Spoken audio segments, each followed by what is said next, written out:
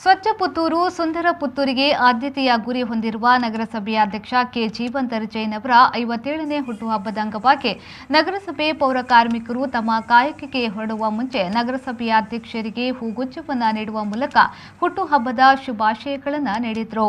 ಇದೇ ಸಂದರ್ಭದಲ್ಲಿ ಪೌರ ಕಾರ್ಮಿಕರೊಂದಿಗೆ ಚಹಾ ಸವಿದು ಉಪಹಾರ ಮಾಡಿದರು. ನಗರಸಭೆಯ ಅಧ್ಯಕ್ಷರು ಪ್ರತಿದಿನ ಬೆಳಗ್ಗೆ ದ್ವಿಚಕ್ರ ವಾಹನದಲ್ಲಿ ಒಂದು ಸುತ್ತು ಪೇಟೆ ಸುತ್ತಿ ಸಮಸ್ಯೆಗಳನ್ನು ತಾನೇ ಖುದ್ದಾಗಿ ವೀಕ್ಷಣೆ ಮಾಡುತ್ತಿದ್ದು, ಈ ಸಂದರ್ಭದಲ್ಲಿ ಪೌರ ಕಾರ್ಮಿಕರನ್ನ ಭೇಟಿ ಮಾಡಿ ಅವರ ನೋವುಗಳಿಗೆ ಸ್ಪಂದಿಸಿದ್ರು.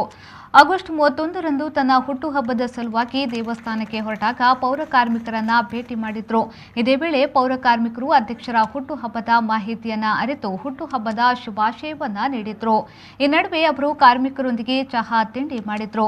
ಪೌರ ಕಾರ್ಮಿಕರ ಸಂಘದ ಗೌರವಾಧ್ಯಕ್ಷ ಅಣ್ಣಪ್ಪ ಕಾರೆಕಾಡು, ನಗರಸಭೆಯ ಹಿರಿಯ ಆರೋಗ್ಯ ನಿರೀಕ್ಷಕರಾದ ರಾಮಚಂದ್ರ, ಶ್ವೇತಾ ಕಿರಣ್, ಸ್ಯಾನಿಟರಿ ಮೇಲ್ವಿಚಾರಕ ಐತಪ್ಪ, ಅಮಿತ್ ಮತ್ತಿತರರು ಉಪಸ್ಥಿತರಿದ್ದರು. ಒಳ್ಳೆ ತಿಂಡಿಯನ್ನು ಕೊಡ್ತಾ ಇದ್ದಾರೆ ಅಂತ ಹೇಳಿದರು. ಎಲ್ಲರಿಗೂ ಶುಭವಾಗಲಿ.